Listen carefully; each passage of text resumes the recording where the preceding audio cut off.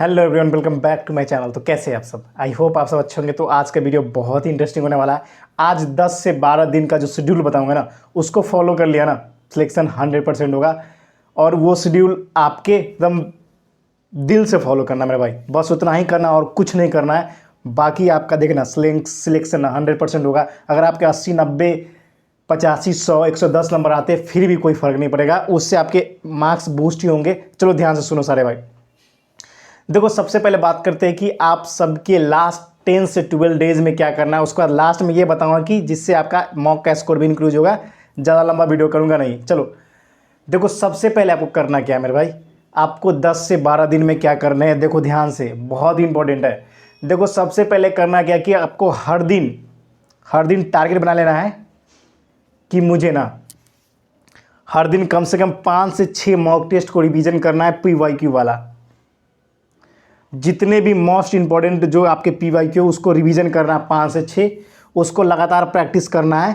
मान लो टारगेट बना लिया कि 12, मान लो कि आपके 70-72 टेस्ट होंगे 2023 में जो हुए उसमें उसके, तो उसका कम से कम हर दिन अगर मान लो कि 8 करोगे, चाहे 7 करोगे या 6 करोगे मॉक टेस्ट हर दिन, या 5 ही करोगे, तो आपको आसानी से कंप्लीट भी हो जाएगा टाइम पे। और हर दिन 5 मॉक को एनालिसिस करना, रिवीजन करना, प्रैक्टिस करना है और उसकी बारीकियों को देखना है। साथ के साथ हर एक ऑप्शन को देखना है। ऑप्शन क्यों बोल रहा है, इसके रीजन बताता हूँ।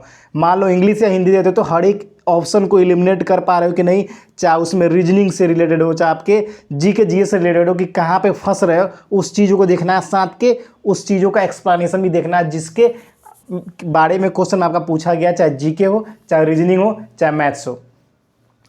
तो ये इसलिए बता रहा हूँ ना, क्योंकि आपके स्कोर देखो, आपके एक्सप्लेनेशन तो पहले ही मैथ्स के कर रखे होगे, लेकिन ये काम आएगा आपके GK में, खासकर काम आएगा। GK में आपका पूरा फुल एक्सप्लेनेशन देखोगे तो उससे रिलेटेड जितने भी इंपॉर्टेंट क्वेश्चन वो सब आपके तैयार हो जाएंगे। समझ गए? सिर्फ मॉक टेस्ट लगाने और सिर्फ वही क्वेश्चन को टिक मारने से काम नहीं चलने वाला। उसको कंप्लीट एनालिसिस करो। कंप्लीट एनालिसिस मतलब पूरे जितने भी ऑप्शन होते हैं ना, खासकर GK के लिए बोल रहा हूँ, हर एक ऑप्शन के देखो कि ये क्यों नहीं हो सकता है, इसके बैकग्राउंड क्या है, इसके बारे में रिसर्च कर लिए ना पूरे 72 के, फिर आपके GK में स्कोर बूस्ट ही हो जाएंगे। अब सुनो मेरे भाई, लगातार मॉक टेस्ट रिवीजन तो करना ही करना है, 4 या 5 पर डे। उसके बाद आपको करना क्या है कि आपके जितने भी कॉन्सेप्ट है चैप्टर वाइज, आपको कुछ नहीं करने, सिंपल एक बार पेज पलटना है। अच्छा ये कॉन्सेप्ट है, ये कॉन्सेप्ट मुझे अच्छे से आता है, अगले कॉन्सेप्ट पे देखना कि अच्छा ये कॉन्सेप्ट मुझे शायद थोड़े से गैप हो जाएंगे, तो 1-2 बार प्रैक्टिस कर लेनी है। ये हर एक सब्जेक्ट को होनी चाहिए, चाहे आपकी मैथ्स को होनी चाहिए, रीजनिंग को होना चाहिए, GK को होनी चाहिए। GK में आपका हिस्ट्री, ज्योग्राफी, पॉलिटी जो भी है, तो रट्टाफिकेशन कोई करने की जरूरत नहीं है। आपको बस रीड आउट कर लेना है सबको कि यार हाँ इसको देख लेना है, और मैथ्स के क्वेश्चन जो कॉन्सेप्ट फंस रहे उस कॉन्सेप्ट को देखना है, उसको 1-2 बार प्रैक्टिस करना है। रीजनिंग के भी कोई कॉन्सेप्ट आपके बच्चे हो तो उसको भी प्रैक्टिस करना है। साथ के साथ आपके GK GS को एक बार रीडिंग डालना है। मैंने आपसे एक और वादा किया था मेरे भाई कि GK का कम से कम 15 से 20 पेज का एक PDF दूंगा, जो 2023 के लिए मोस्ट इंपॉर्टेंट आपके पेपर 2024 में आएंगे जो, तो वो मैं दे दूंगा, ठीक है ना। आपकी दे दूंगा, कल या परसों दे दूंगा, संडे तक पक्का दे दूंगा। उसके बाद आप उसको रिवीजन लगातार करते रहना। उसके अलावा GK का कुछ भी मत पढ़ना, क्योंकि मैं जो करता हूँ वही मैं भी देखता हूँ, मेरे स्कोर कैसे बढ़ते तो आपके ही बढ़ेंगे। अब देखो, बहुत सारे भाइयों को ये भी डाउट चल रहा था ना, ये डाउट चल रहा था कि मॉक में स्कोर नहीं बढ़ रहा है। तो देखो एक चीज़ है ना, प्रेशर के गेम मैं तो पहले ही बता चुका हूँ, लेकिन करो क्या, मान लो कि आपके लगातार मॉक में स्कोर डाउन जा रहा है, अप नहीं हो रहा है, और माइनर मिस्टेक हो रहा है, तो करो क्या, एक दिन चिल करने के लिए, अपने माइंड को शांति रखने के लिए एक दिन मॉक टेस्ट नहीं दो, और करो क्या, ठंडे दिमाग से पीछे का पूरा अच्छे तरीके से रिवीजन करो, एनालिसिस करो, दिमाग में सोचो कि आखिर क्या क्या गलती कर रहा हूँ मैं। समझ गए? ये सारे आपकी सुधार के लिए है। और कोई भाई बोलेंगे भैया मॉक टेस्ट नहीं हो, सुधार कैसे होगा? कभी कभी होता क्या है कि आप एक ही जोन में अपने माइंड को सेटअप कर लेते हो, जिसकी वजह से एक ही गलतियों को बार बार करते हो और उसके बारे में उसके बारे में सोचते नहीं हो। तो किसी एक दिन रेस्ट करके उस चीज़ों को आकलन करने की जरूरत होती है। समझ गए? तो हमेशा याद रखना, ये बैकअप मतलब ये नहीं कि मार्क्स, ये बैकअप मतलब होता है कि ब्रेन को एक पीस देना, जिसकी वजह से फिर जो आप क्वेश्चन गलती करें उसको बारीकी से सुधार लोगे, फिर अगले दिन मॉक टेस्ट दोगे तो आपके स्कोर बढ़ जाएंगे। मैंने भी ऐसा किया हूँ। जिस दिन मेरे 151 आए थे ना, उससे 2 दिन एक दिन पहले मैंने मॉक नहीं दिया था, पता नहीं किसी रीजन से नहीं दिया था। ऐसा नहीं है, आप 130 प्लस तो आसानी से आते हैं, लेकिन मैंने पहले सोचा कि नहीं यार बैक का ना कुछ कुछ चीज़ मेरे छूट रहा है मैथ्स का, जो मुझे करना है, ठीक करना है यार। जीके का भी कुछ कुछ पोर्शन जो आ रहा है मैं गलती कर रहा हूँ बार, तो उसको मैंने पीछे का एनालिसिस किया अच्छे तरीके से, फिर अगले दिन मेरे स्कोर बढ़ गए। तो आपके स्कोर बढ़ेंगे ही। और याद रखना मेरे भाई, कोई जादू नहीं होता, आपको याद रखना जो कॉन्सेप्ट नहीं पता है ना वो एग्जाम में नहीं होंगे, इसलिए उसको पहले से ही पढ़ के जाना, चाहे जो भी चीज़ हो, जो भी कॉन्सेप्ट, समझ गए। तो सारे कॉन्सेप्ट को डाउट इसलिए बोल रहा हूँ ना, क्योंकि एग्जाम में मान लो कैलेंडर से आ गया, रैंकिंग से क्वेश्चन आ गया, तो फिर नहीं कर पाओगे ना। बेसिक कॉन्सेप्ट सारे को क्लियर करके चलना, ताकि आपको कोई तकलीफ ना हो। सारे डाउट हो गए क्लियर। अब आपके मॉक टेस्ट में भी स्कोर बढ़ेंगे, जो मैं बताया हूँ ना प्रोसेस, उस प्रोसेस से चलना, आपके बढ़ेंगे। बहुत सारे भाई ये भी कमेंट कर रहे थे ना, ये भी कमेंट करके भैया इसमें ला देते क्या हो गया, कोई वो मॉक लगा। एक चीज़ बताओ मेरे भाई, रिक्स उस टाइम खेलनी चाहिए ना, रिक्स। इससे पहले मैं लगाता था मॉक, बोलोगे तो उसको भी स्क्रीनशॉट सेंड कर दूंगा।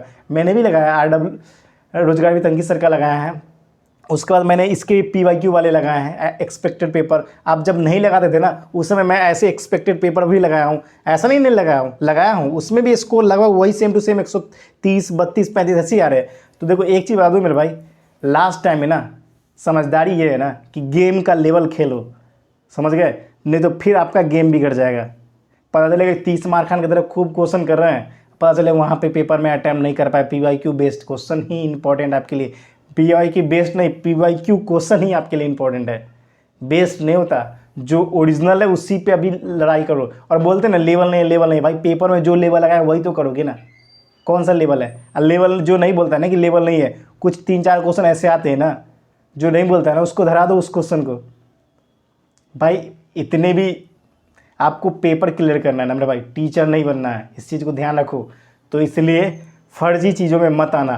पहले ही बोल देता हूँ, बहुत बोलेंगे टफ है यार, इसका क्यों कर रहा है, एक्सपेक्टेड कर, थोड़ा थ्रिल लाते हैं, थ्रिल लाने के चक्कर में कहीं आपका ना थ्रिल निकल जाए। याद रखना इस चीज़ को। तो मोस्ट इंपॉर्टेंट जो भी आपका PYQ है ना, वही जैम है, उसको जितना लगा लो भाई। अगर आपके 2023 की खत्म हो तो 2019 को लगा लो, लेकिन वो PYQ है उसको लगाओगे तभी आपके अंदर की जो है ना